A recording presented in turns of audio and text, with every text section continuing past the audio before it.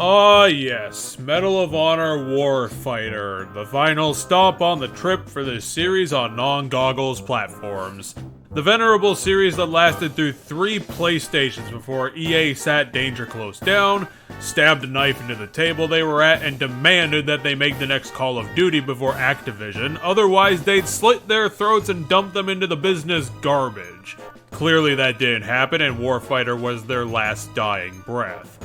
But what did we actually get out of Danger Close's second shot at making this reboot universe work for Electronic Arts?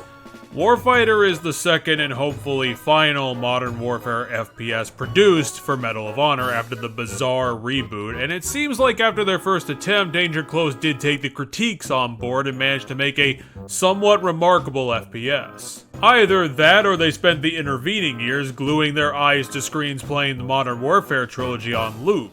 This game sees returning characters of the Wolfpack going on another mission throughout the Middle East to perform some counterterrorism.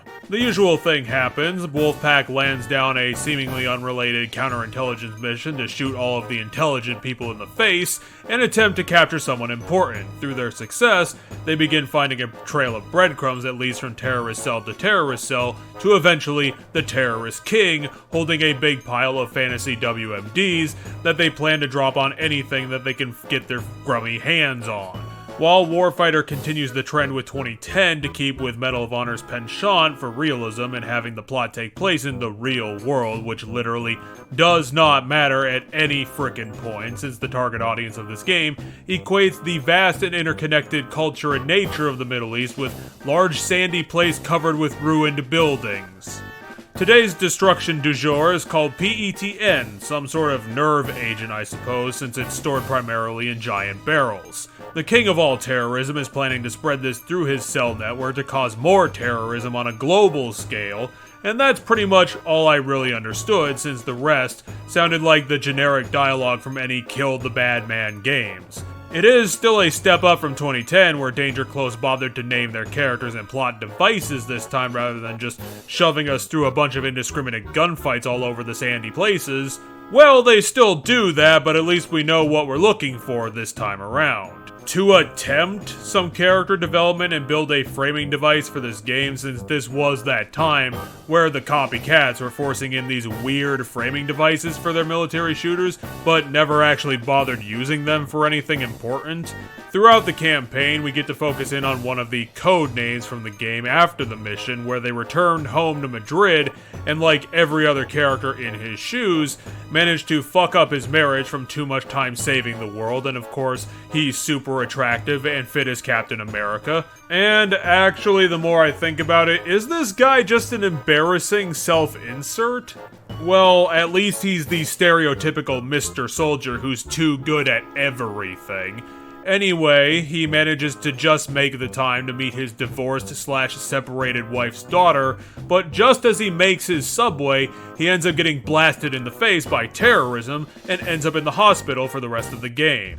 Coincidentally getting ultra sympathy points when his pseudo-divorcee and daughter meet him, and just as a random note for this scene, I don't know which team or which person was working on this, but Danger Close managed to make one of the ugliest children I've seen in a non-horror game. People say that Dewey from Malcolm in the Middle looks like a monkey, but Jesus Christ, this random girl is the missing link. This was such a terrible design, and I just do not understand it, because this character barely factors into frickin' anything. Why is it so bad? Anywho, for the rest of the game, Hospital Soldier is used to smush mission exposition into the audience's face as the rest of his team goes out to shoot all of the bad men. So, we've established that the story is barely trying. Did they improve the bad men shooting? Surprisingly, yes. I suppose the biggest criticism of 2010 was that it was boring, and also they've been copying Activision's notes for the past 2 years, so Danger Close decided to make the game more exciting. You get all of your standard shit: ultra artillery bazooka barrages, sniper rifle challenges, helicopter fighting, rifles and pistols, light parkour around the arena, and regenerating health. But they added much more to their set pieces that are legit kind of exciting. This game's 3-time use gimmick a la Call of Duty is the rifle drone, where you set down a roving death robot and let it loose on guards 3 times in the whole game to try and do something different. It's not all that interesting because you're literally just twiddling around and driving around an invincible robot, but at least you get to drive it around a little bit. Some of these shooting arenas get some interesting twists, such as shooting in a river or flooded place, areas of limited invisibility, and a couple of shootouts at night. The environments in this game are surprisingly colorful for a military shooter, and while most of Pakistan is the same color of brown, when you move on to Dubai and other places in the second half, where they start bringing in these other colors, and overall the game is actually pretty well detailed. The gameplay is quick, the guns are powerful and accurate as per usual, and the enemy spawns and composition are for the most part challenging without being frustrating. On the gameplay front, Warfighter almost hits the golden standard for a fun shooter title. It's just let down by some of their gimmicks failing to work, such as the ruined skyscraper sniper challenge against helichoppers, and one of the stealth sections being too sensitive to your fuck-ups. The thing that really livens up this game are the several driving challenges found throughout it, where Danger Close added in a pseudo-racing engine to a couple of missions, where you either have to chase down a target or get out of a city without being exploded, which has you ducking through traffic and trying to find tight workarounds to get to a fleeing target. These are fun, and while not being perfect, they are well executed and realized to do what they plan to do with it. Plus the additional details to have the vehicle break down over time as getting abused on the mission was a lot of nice touches to add some depth to the situation, thereby keeping you invested in what's going on.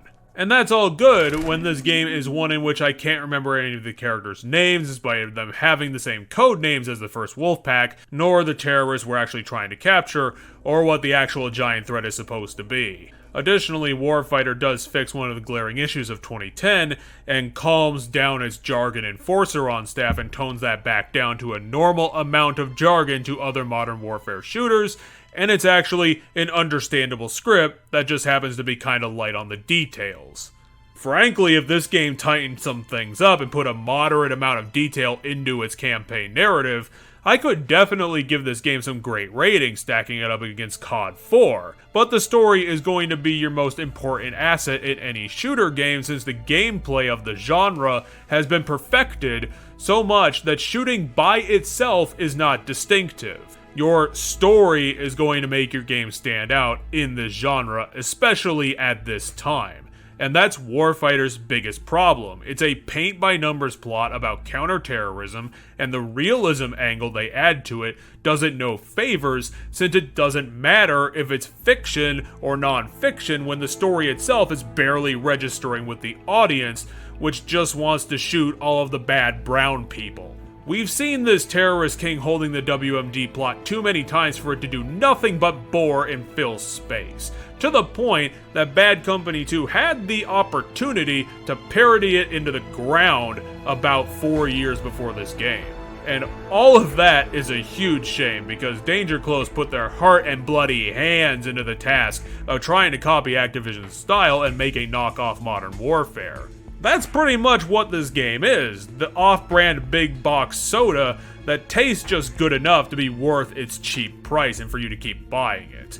It tried, and it really did pay off in this game's favor overall. It's colorful, it's different, detailed, and has some fun military hardware to fuck around with. But that's all the stuff to have fun in the moment. And once the 5-hour game has hit its credits, you'll forget everything you've done here today just as much as people will forget the main character that got their funeral at the end of the game. Hell, it wasn't even worth mentioning that the tutorial guy at the beginning of Warfighter turned out to actually be the terrorist king, nor was the scene near the end where one of Wolfpack was being tortured and the other guy got shot in the fucking face. Just like Danger Close themselves. At this point in the industry, we have data showing that most of these Call of Duty tryhards were failures for their creators, and pretty much every one of them faded to dust over the 360's lifespan. And all these attempts did over and over again was prove the everlasting wisdom that you don't beat someone in the market by following them. You need to lead the market. EA had their opportunity with Bad Company to be the comedy FPS company, but instead they fell back to COD 4 and have been failing upwards ever since on a stack of bodies just like Danger Close's corpse. You did good, guys, and while your last game was a fun lark, I still forgot it the day after I finished it. It was a fucking good try though, and I do respect it, but you guys needed to try a lot harder on what actually mattered.